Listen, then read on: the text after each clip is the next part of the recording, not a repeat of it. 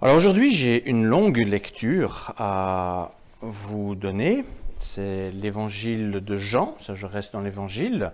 On avance, on est au 7e signe et je vais lire ici Jean 11, les versets 1 à 44. Jean 11, 1 à 44. Il y avait un homme malade, Lazare.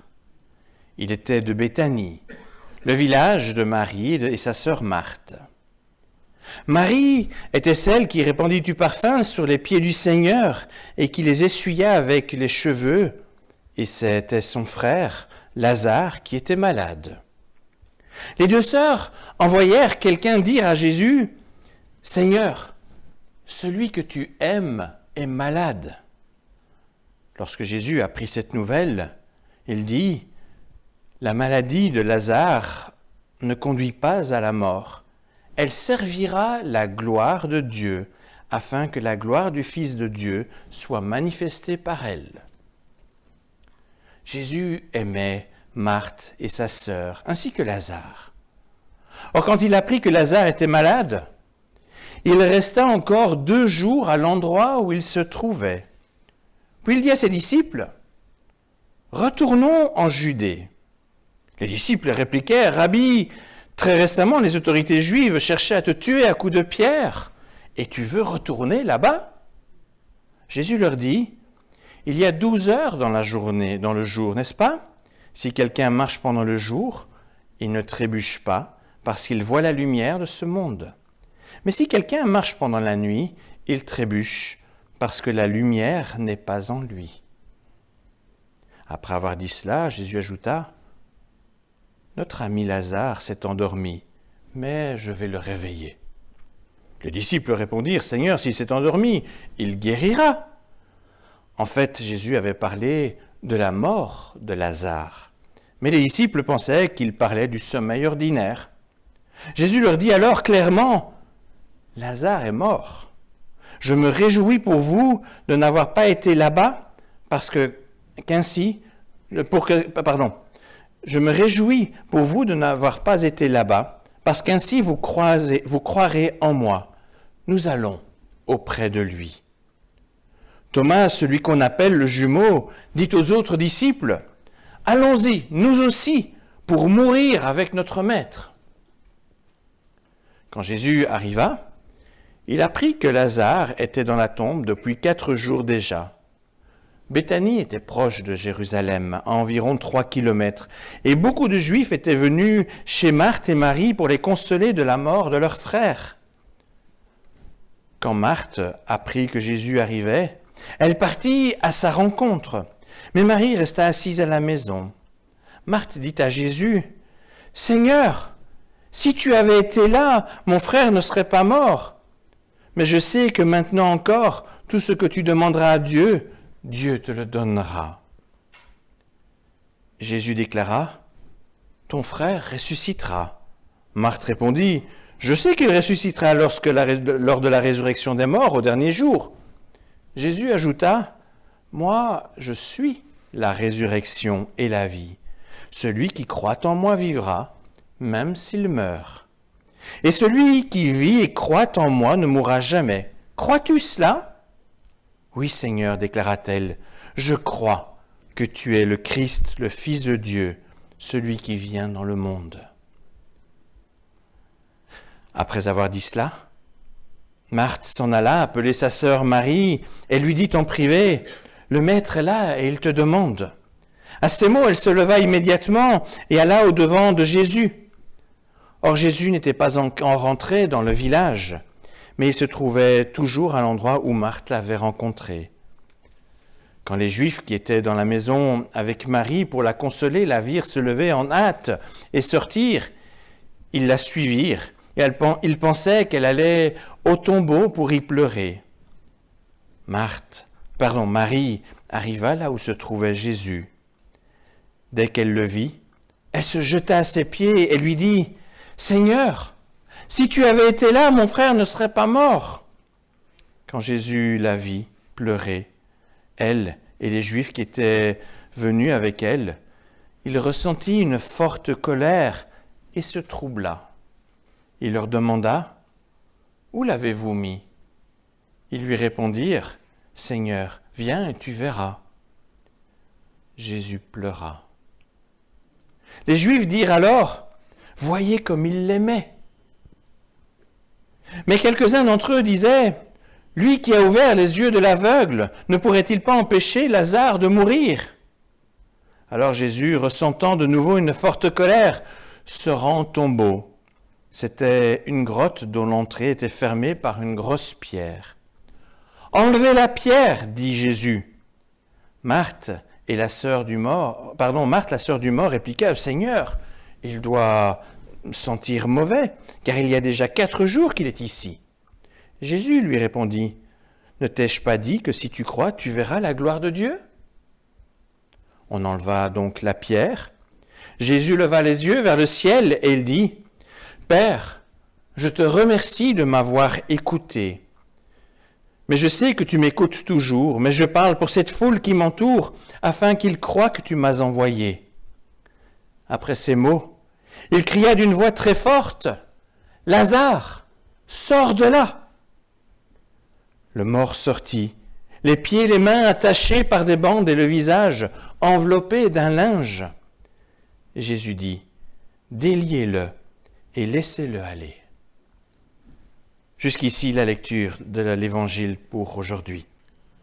Avec l'extrait que nous venons de lire, comme je vous l'ai dit, nous arrivons au 7e et dernier signe miraculeux de Jésus présenté par Jean dans son Évangile. Alors, ça ne signifie pas qu'il n'y a pas eu d'autres miracles. D'ailleurs, l'évangéliste le précise à la fin de son livre. Il dit, je n'ai pas tout raconté, mais il y a encore, il faut savoir qu'il y avait quand même une petite contrainte à l'époque. Aujourd'hui, quand on écrit, on est avec nos ordinateurs, on peut avoir des fichiers très grands, c'est pas compliqué. Mais à l'époque, vous écrivez sur des parchemins ou des papyrus, et ça a une taille limitée. Et donc, c'est assez étonnant de voir la capacité qu'ils ont d'écrire de façon très compacte, et ils choisissent vraiment avec soin tout ce qu'ils vont mettre. C'est pas du Balzac, c'est pas du Victor Hugo qui s'allonge sur des détails très très longs, mais quand même ce qu'ils donnent, les petits détails sont assez intéressants. Donc, Jean a choisi avec soin ces 7 signes pour annoncer en fait la mort et la résurrection du Christ et expliquer finalement la portée de cet événement final qui est de cet événement majeur. Alors bien entendu, dans cette perspective, la mort et la résurrection de Lazare, vous l'aurez compris, sont hautement significatifs. Et c'est pourquoi ce matin, nous allons prendre un peu de temps pour comprendre au moins une part de ce passage, parce qu'il est très très riche, on pourrait y passer toute la journée si on voulait, mais seulement quelques éléments du message que Jésus veut nous faire découvrir dans ce récit qui est tout simplement incroyable et unique en son genre. En guérissant un aveugle-né, comme on l'a vu dimanche dernier, Jésus a déjà fortement marqué les esprits et levé un bon coin du voile sur son identité de fils de Dieu. Alors, avec la résurrection de Lazare, les doutes ne sont plus permis, à tel point que ses opposants ne voient plus d'autre option que l'assassinat pour stopper Jésus, parce qu'il les dérange. Alors Jésus a quitté Jérusalem en raison des menaces qui pesaient sur sa vie.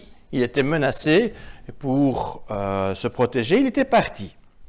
Pourtant, un messager envoyé par Marthe et Marie vient à sa rencontre pour lui dire « Seigneur, celui que tu aimes est malade. » Alors arrêtons-nous quelques instants sur ces mots. « Seigneur, celui que tu aimes est malade. » Ce n'est pas, remarquez-le, l'amour de Lazare, ni même celui de Marie ou Marthe qui est mis en avant, mais bien l'amour de Jésus. Marthe et Marie n'ont probablement pas réfléchi à la portée de cet appel, et pourtant, il est prophétique. C'est effectivement l'amour du Seigneur qui est premier, toujours premier.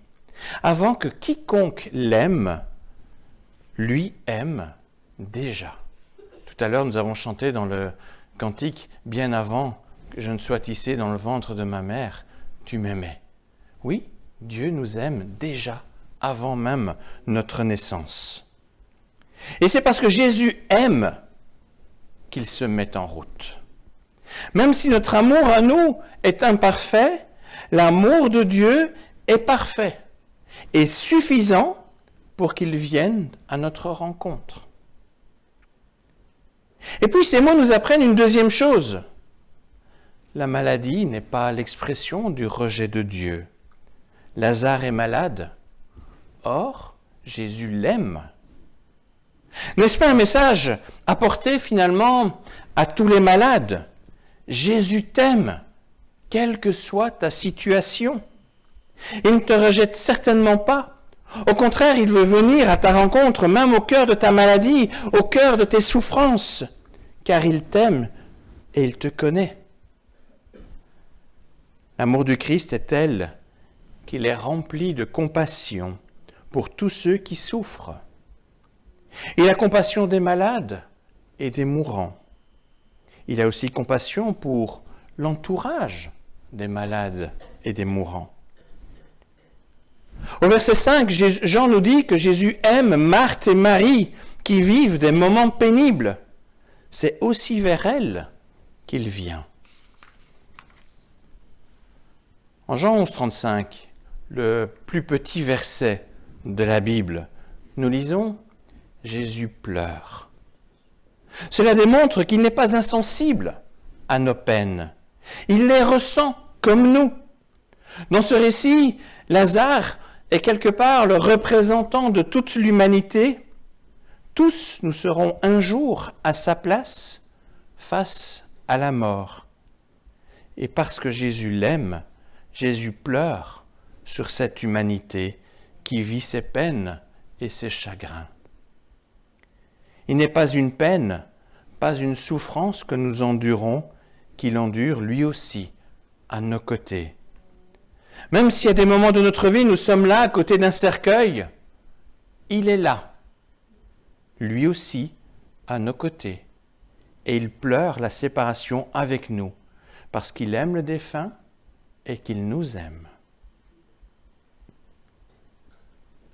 Après cette première partie sur l'amour du Christ, une autre petite phrase attire mon attention. Elle nous vient de Thomas, au verset 16. « Allons-y, nous aussi, pour mourir avec notre Maître. » Avant cela, Jésus parle de la mort de son ami Lazare, mais pas de sa propre mort. Les propos de Thomas ont donc de quoi surprendre, plus encore quand on connaît a posteriori la lâcheté dont feront preuve Thomas et les autres disciples. Thomas se trompe en pensant qu'il donnera sa vie avec celle de son maître. En revanche, il voit clair quand même sur une chose, c'est sur la mort de Jésus. Lazare se trouve à Béthanie, environ 3 kilomètres de Jérusalem, en plein territoire de Judée. Or Jésus vient de fuir ce territoire, vient de fuir cette région pour sauver sa vie. Et pourtant, Jésus décide d'y aller malgré la situation dangereuse qu'il connaît bien. Il est lucide par rapport à la menace qui pèse sur lui. S'il n'y va pas, Lazare reste mort et lui sentir vivant. S'il y va, il peut ressusciter Lazare, mais c'est lui qui sera mis à mort. A priori, nous nous dirions que cela ne vaut pas la peine d'y aller, puisque, au final, il y aura toujours un mort. Toutefois, Jésus décide d'y aller. Et c'est là probablement le point le plus important de ce récit. Jésus a conscience qu'une vie restera, mais il choisit d'échanger la vie de Lazare contre la sienne.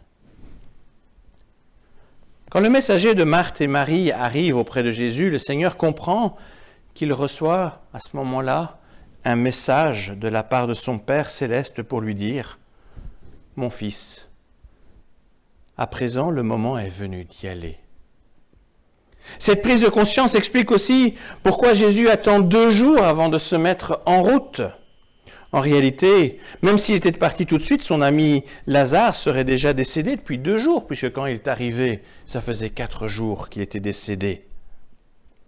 Mais Jésus prend quand même 2 jours pour se préparer pour ce moment qu'il sait être compliqué, difficile. Et aussi 2 jours, parce qu'il n'en aura plus beaucoup, 2 jours où il veut profiter encore de la présence de ses compagnons de ministère, de ses disciples. Après ces 2 jours, Jésus dit à ses disciples, « Retournons en Judée. » Il sait pourquoi il y va, pas seulement pour échanger sa vie contre celle de son ami Lazare, mais pour échanger sa vie contre celle de toute l'humanité. Jésus sera en Judée pour échanger la vie contre la tienne, pour la mienne, comme le lui demande son Père. Alors s'accomplit la prophétie d'Ésaïe 53, les versets 4 et 5 que nous connaissons bien. C'était nos souffrances qu'il portait, nos douleurs dont il s'est chargé. Mais nous pensions que c'était Dieu qui le punissait ainsi, qui le frappait et l'humiliait. Pourtant, c'est à cause de nos crimes qu'il était blessé, à cause de nos fautes qu'il était accablé. Il a subi notre punition et nous sommes acquittés. Et par les coups qu'il a reçus, nous sommes guéris. Passage extrêmement choquant, dur à entendre. Et c'est ce qui se passe là, quand Jésus s'en va vers Lazare. Jésus pleure son ami Lazare. Jésus pleure en fait aussi à son sujet, car son heure est venue d'échanger sa vie contre les nôtres.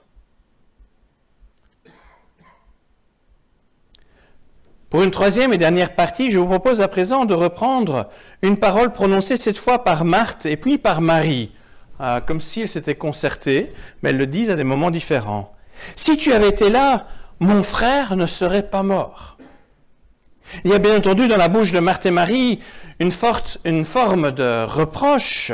Si Jésus avait été là 4 jours plus tôt, il aurait pu guérir Lazare, comme il a guéri tant d'autres personnes. Pourtant, d'une certaine façon, et sans s'en rendre compte, Marthe et Marie disent là encore une vérité prophétique. Sans la présence de Jésus, Lazare, comme tout le reste de l'humanité, est voué à la mort. Si Jésus avait refusé d'entendre l'appel venant de son Père, s'il avait refusé d'obéir en apportant sa vie en échange, bien entendu qu'il n'y aurait aucune espérance de vie. Or, l'excellente nouvelle du récit est que Jésus est bien là, auprès de Marthe et Marie, comme il est là aussi à nos côtés quand nous veillons autour d'un cercueil. Il a toujours été là pour nous, même quand nous ne le voyons pas. Il est là afin que la gloire de Dieu soit manifestée. Il est là et sa présence apporte une différence extraordinaire. En répondant présent pour effectuer l'échange, Jésus montre clairement qu'il est la résurrection et la vie.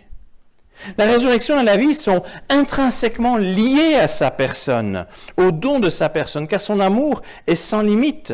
Dieu lui-même dira quelques jours plus tard, juste avant de mourir sur la croix, parce que les 2 événements sont très très proches, ils sont liés, il dira à ses disciples, « Il n'y a pas de plus grand amour que de donner sa vie pour ses amis. » C'est ce qu'il fait là aussi.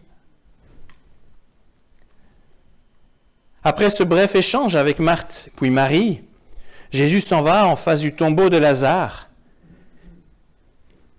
À ce moment-là, essayez de vous mettre à la place de Jésus. Il voit cette pierre, il voit ce tombeau. En fait, il sait que ce sera très prochainement sa propre place, car il accepte l'échange. Il crie, « Lazare, sors de là, car c'est moi qui vais prendre ta place. » Et Lazare sort vivant. Et tout comme il a crié à Lazare, « Sors !» un jour, nous entendrons nous aussi cette voix nous dire, « Mon ami, sors de là. » puisqu'il a donné sa vie pour la nôtre, à condition toutefois de croire en lui. En effet, Jésus dit, « Celui qui croit en moi vivra, même s'il est mort, même s'il meurt. Et celui qui vit et croit en moi ne mourra jamais. » Jésus nous demande de croire en lui, comme lui-même a cru en son Père. Et parce qu'il a cru lui-même entendu cette voix de son Père qui lui a dit « Sors, te voilà victorieux, même de la mort éternelle. » C'est ainsi que la mort et la résurrection de Lazare sont bien le signe de la mort et de la résurrection du Christ. Et cette résurrection au matin de Pâques est le gage de notre propre résurrection quand viendra le temps d'entendre cette voix qui nous dira « Sors de là ». Je n'ai évidemment pas développé tous les aspects de ce récit. Je vous ai dit, il est très large, on peut dire pas mal de choses. Quelques éléments seulement ce matin. Mais ils sont déjà, me semble-t-il, suffisants déjà pour décrire quelques prolongements pratiques que je vous propose en guise de conclusion.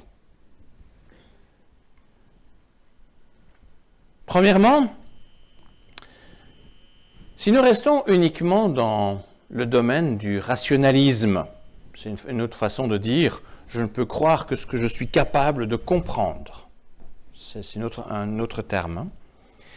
Donc si on reste coincé dans ce domaine du rationalisme, il est évident que ce passage de l'évangile de Jean est extrêmement difficile à lire.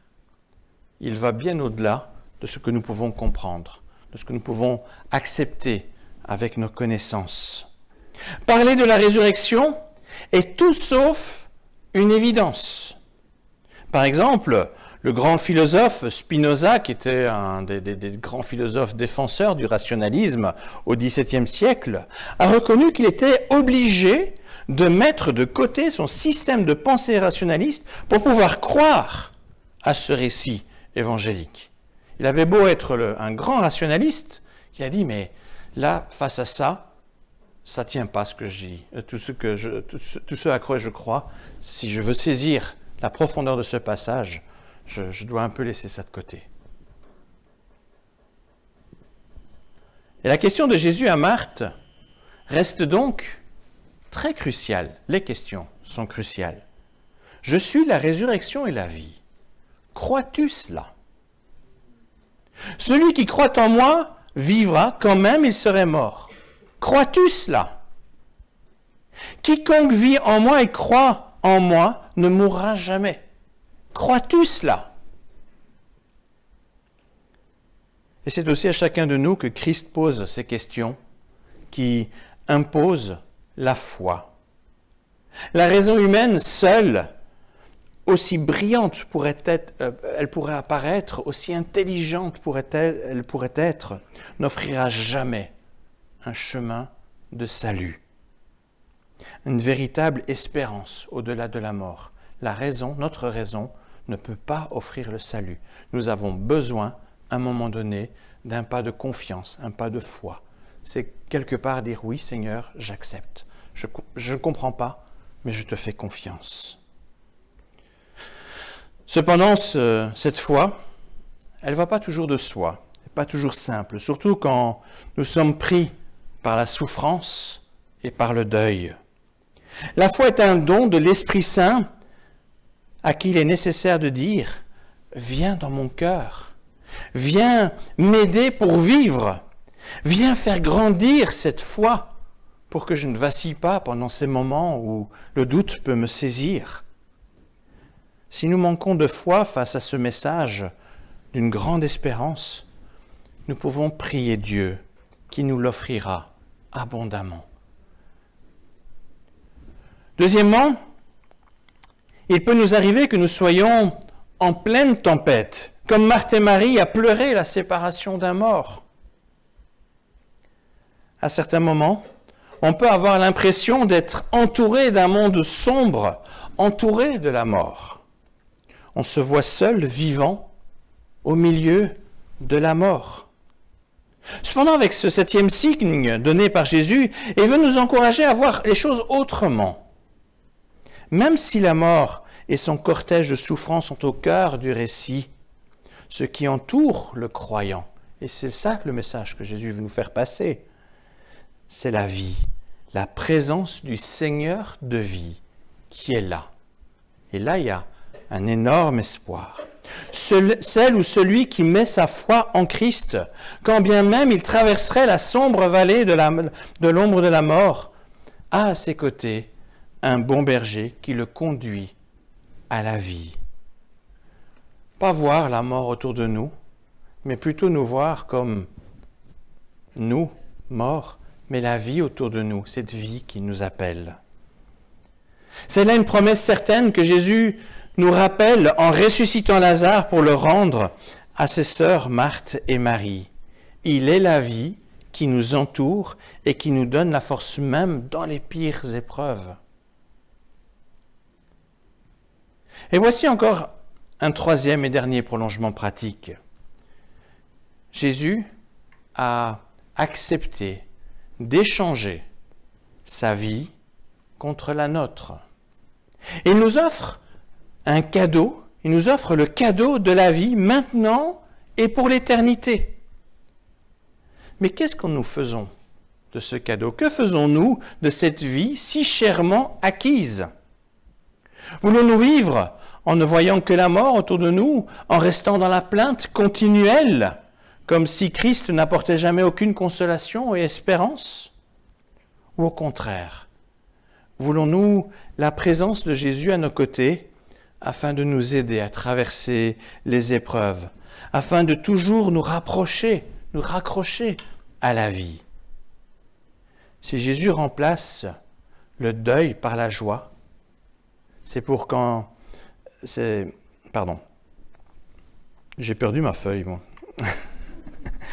Si Jésus remplace le deuil par la joie, comme nous l'avons lu en commençant le culte dans le psaume 30, c'est afin d'être des chrétiens disponibles et joyeux dans le service. Comme chacun en ce monde, nous traversons des épreuves. Et être chrétien ne signifie pas y échapper, c'est même parfois le contraire. Toutefois, nous avons cette promesse que Jésus est bien là, à nos côtés, de sorte que notre abattement ne puisse pas nous arracher à la vie éternelle et que notre tristesse soit consolée. Il souhaite que notre cœur s'attache résolument à tout ce qui est source de vie.